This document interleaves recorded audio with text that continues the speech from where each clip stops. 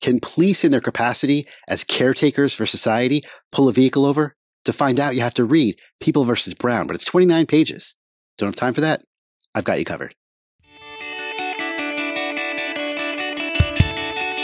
This is TLDR, Too Long Didn't Read, where I cover New York Court of Appeals cases, and I try to do it in 5 minutes or less. This is the episode on the case of People versus Brown. The citation for this case is 2024 New York Slip Opinion 02765, published by the Court of Appeals on May 21st of 2024. The issue in this case is whether a police officer can pull over a vehicle, a moving vehicle, under their caretaker functions for less than probable cause. To understand and appreciate the context of this case, you have to understand as background that police officers have multiple hats that they wear. They're law enforcement agents that, and one of their roles is to hold people accountable when they commit crimes and arrest them. But they also have a caretaker to society function where they help rescue cats from trees. They help deliver babies when their mothers can't get to the hospital in time. They administer first aid. They're essentially first responders to a variety of different emergencies that might pop up in society.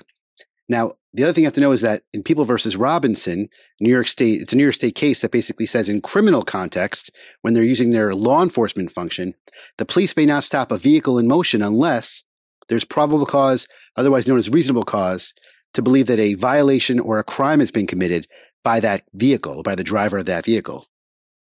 So you can't pull over a vehicle from the flow of traffic without reasonable cause or probable cause to believe that some infraction or violation or crime has occurred. But there's no such thing. There's no case that analyzed what kind of requirements the people have to pull over, or the prosecution or the police have to pull over a vehicle in their caretaker function. And that's this case. So the facts here are that in May of 2017, police officers observed the defendant driving a vehicle around 25 miles an hour in the city, in Manhattan, in New York City. The front passenger, so that's below the speed limit. They're not violating the speed limit rules. And the front passenger door opens abruptly and then forcefully is closed while the vehicle's in motion, which causes the police officer Haskovic, to be concerned. Allegedly, he is concerned that maybe the passenger's in trouble or there's some situation. So he pulls the car over and he approaches the vehicle, approaches the driver, and smells marijuana.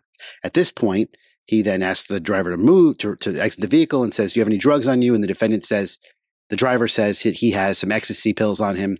He's then arrested. They recover drugs. He's arrested for criminal possession of a controlled substance in the 7th degree, a misdemeanor.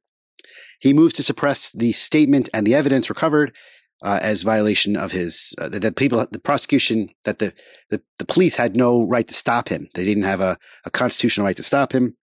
The court conducts a suppression hearing and finds that the defendant had not committed any crime, but the police were reasonably concerned for the safety of the passenger, and the safety justified the stop.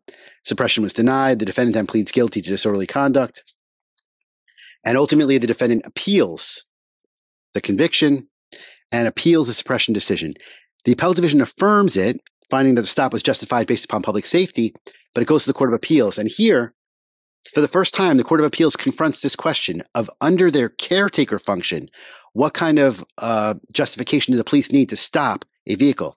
The Court of Appeals recognizes in their holding that there's a risk that the police, who don't have probable cause or reasonable cause to believe a crime has been committed, may use that caretaker function, that caretaker doctrine, if they're allowed to approach and stop a vehicle as caretakers, to cause unwarranted police intrusions when they couldn't ordinarily because they lack reasonable cause or probable cause. So they adopt and they outline a new standard they're applying for the police to use their caretaker function to stop a vehicle. And here it is. Police may stop a car under their caretaker function if the following two factors exist. Number one, the officers must point to a specific, objective, and articulable fact that would lead a reasonable officer to conclude that an occupant of a vehicle is in need of assistance. That's the first one. And second, the police intrusion, which they then undertake, must be narrowly tailored to address that perceived need for assistance that was invoked by the caretaker function. Once that assistance has been rendered and the peril has been mitigated, Any further police action must be justified by the Fourth Amendment and the Constitution. So they apply that rule. They outline that rule and they apply the rule and they say, here it fails. Why? They say it fails at step one because it's not a subjective question. It's not whether the officer truly believed that there was a safety issue. The question is an objective standard. Is there objectively facts that would lead a reasonable officer in the officer's position to conclude there was a safety issue here? And there's not. They say there are many innocuous reasons why the car door might open and close. A car alert sensing it's not fully closed, a seatbelt or item of clothing being stuck in the door, or even a fly in the vehicle that has to be released into the wild. So here, there was not an objectively reasonable view that there's a safety issue. So the conviction is reversed. The accusatory instrument's dismissed, case closed. And that's the case of People versus Brown. Have a good day. If you like what you just saw and want to see more just like it, please hit like or subscribe to let me know.